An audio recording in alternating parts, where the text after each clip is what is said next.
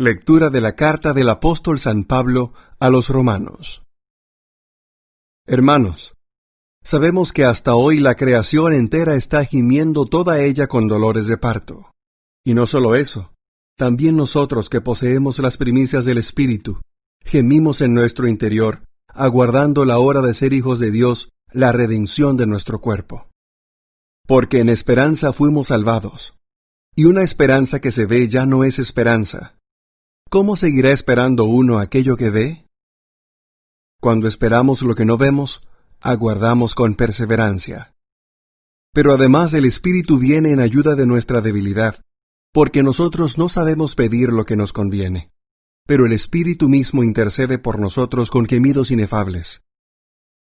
Y el que escudriña los corazones sabe cuál es el deseo del Espíritu, y que su intercesión por los santos es según Dios. Palabra de Dios.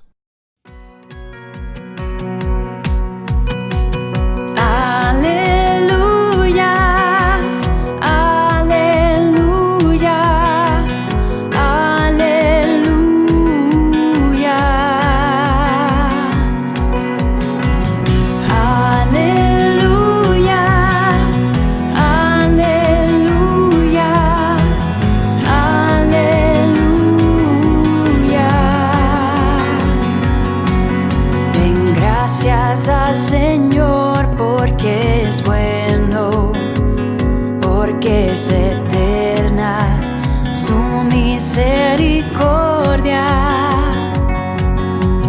Diga la casa de Israel, eterna es su misericordia.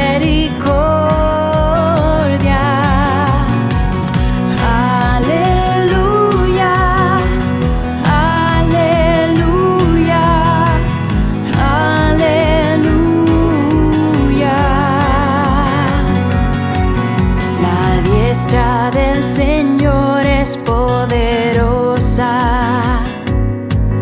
la diestra del Señor es excelsa.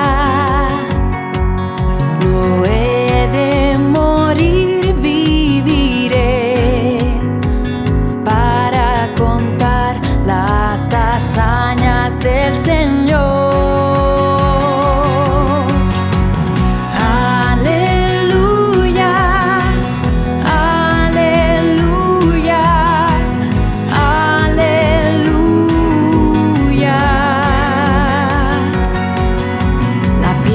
Que desecharon los arquitectos es ahora la piedra angular. Es el Señor quien lo ha hecho. Es un milagro patente.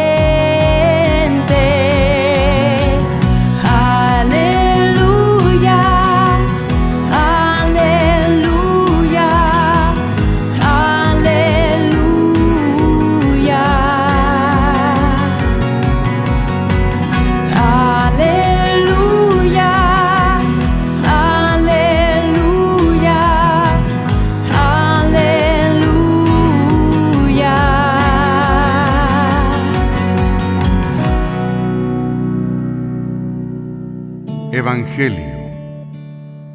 Lectura del Santo Evangelio según San Juan. El último día, el más solemne de las fiestas, Jesús en pie gritaba: El que tenga sed, que venga a mí. El que cree en mí, que beba. Como dice la Escritura, de sus entrañas manarán torrentes de agua viva. Decía esto refiriéndose al Espíritu que habían de recibir los que creyeran en Él. Todavía no se había dado el Espíritu, porque Jesús no había sido glorificado. Palabra del Señor. Aprovecho esta oportunidad para compartir con ustedes una breve reflexión en torno a la fiesta que estamos a punto de celebrar, Pentecostés. Pentecostés en griego significa día quincuagésimo, es decir, el día 50. El 50 es un número que ya los judíos tenían asimilado desde hace siglos como símbolo de plenitud. Una semana de semanas, 7 por 7 más 1. Es cuando celebran la alianza que sellaron con Yahvé en el monte Sinaí, guiados por Moisés, a los 50 días de su salida de Egipto. Los cristianos celebramos también en esta cincuentena, después de la Pascua, su donación del Espíritu a la comunidad apostólica, precisamente a los 50 días. Hemos de alegrarnos de este don de Dios, plenitud de la Pascua. En nuestra oración solemos pedir a Dios paz, justicia, salud, libertad, buenos negocios, buenas cosechas del campo, éxito en nuestras empresas en general. Y Dios nos da su Espíritu, que es lo mejor, el que nos da la verdadera paz, libertad y autorrealización en Cristo, es decir, el éxito. Quien ha sido lleno del Espíritu ya desde el bautismo, tiene que vivir como ha dicho Pablo, según el Espíritu y no según la carne. Para San Pablo, una de las grandes consecuencias de vivir según el Espíritu es que somos hijos y que nos sentimos libres como miembros de la familia de Dios. Es el Espíritu que nos hace decir Abba, Padre, porque los que se dejan llevar por el Espíritu de Dios, esos son hijos de Dios. Si tenemos dudas de que sea posible vivir conforme a la mentalidad divina en este mundo, San Pablo se atreve a hacer una afirmación fundamental, contundente, para los que hemos celebrado la Pascua de Cristo durante 7 semanas. El Espíritu del que resucitó a Jesús de entre los muertos vivificará también sus cuerpos mortales.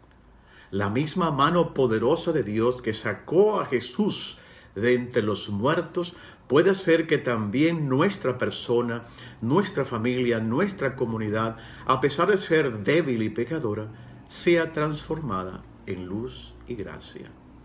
En la oración colecta le pedimos a Dios: no dejes de realizar hoy en el corazón de tus fieles aquellas mismas maravillas que obraste en los comienzos de la predicación evangélica. En efecto, lo que ha hecho el Espíritu en la historia, lo sigue haciendo hoy en el mundo, en la iglesia y en cada uno de nosotros. Él sigue siendo el alma de la iglesia y llenándola de sus dones. Es Él quien hace florecer tantas comunidades cristianas llenas de fuerza y anima a tantos movimientos y renueva a su iglesia en tantos aspectos. Él sigue inspirando nuestra oración y guiando a la iglesia a renovar la celebración litúrgica, la oración personal y un conocimiento más espiritual y profundo de la palabra de Dios. Él, que en Pentecostés unió a los que hablaban en lenguas diversas, es el que promueve también hoy iniciativas de unidad interna y ecuménica, en línea con la carta a los Corintios. El Espíritu es quien actúa cada vez en los sacramentos. De modo particular, en la Eucaristía invocamos su venida 2 veces sobre los dones del pan y el vino para que Él los transforme en cuerpo y sangre del resucitado, y luego sobre la comunidad que va a participar de estos dones, para que también ella pueda transformarse en el cuerpo único y sin división de Cristo Jesús. Esta segunda invocación es claramente pentecostal. Lo que sucedió a aquella primera comunidad cuando bajó sobre ella la fuerza del Espíritu es lo que tendría que suceder a cada una de nuestras comunidades cuando participa de la Eucaristía. Reconozcamos la presencia del Espíritu en nosotros y dejémonos transformar por Él para que seamos una iglesia nueva, una comunidad nueva, personas nuevas. Que así sea.